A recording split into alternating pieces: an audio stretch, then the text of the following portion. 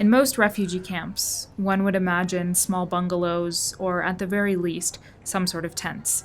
In the 3 refugee camps we visited in the Kandahar province of Afghanistan, there were no such thing.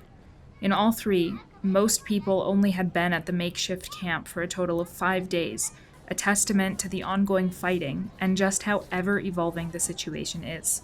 For most, it wasn't their first experience with displacement.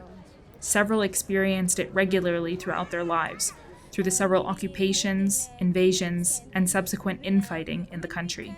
We had nothing else, just our clothes in our this big, small bag. Then we can. Many shared the same concerns, providing for their families and understanding why the Taliban has evolved into the force seen today.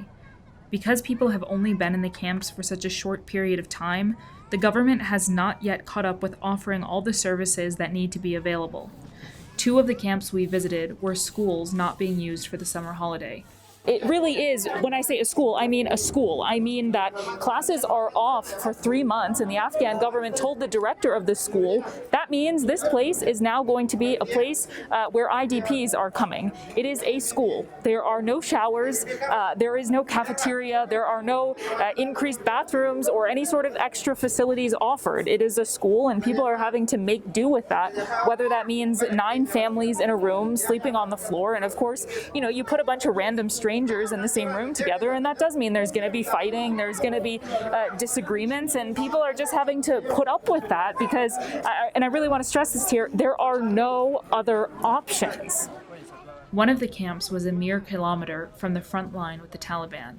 The last camp was inside the walls of a government compound. IDPs were allowed to lay on a plastic carpet on the grounds of the compound, but not inside the building, meaning they had virtually no protection against the sweltering Afghan summer.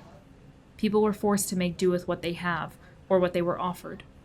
In one of the camps, a young activist doctor makes regular medical donations, saying to her it's a form of women's activism. She too provides insight on what several IDPs echoed to me. The concern with the Taliban is not that they would force women to cover.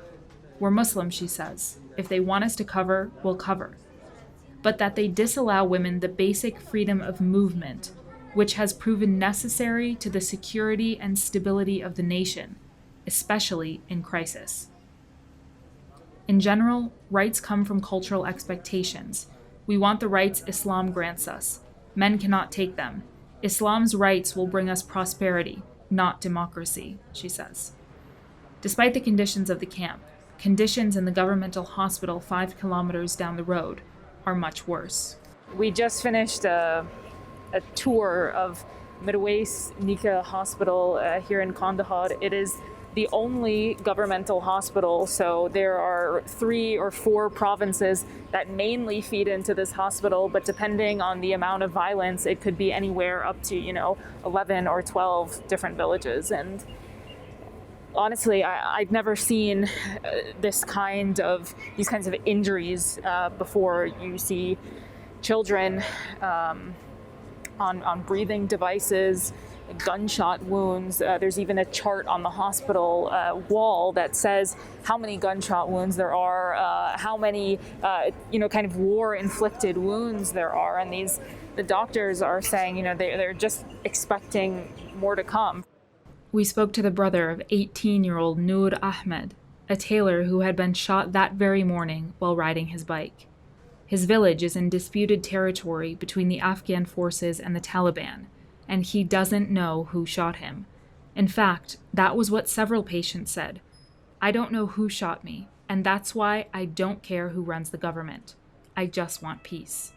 What's interesting is a lot of the IDPs, internally displaced people, Afghanistan actually has one of the highest rates in the world of IDPs, though we don't generally think of Afghanistan having a high amount of refugees. They indeed do.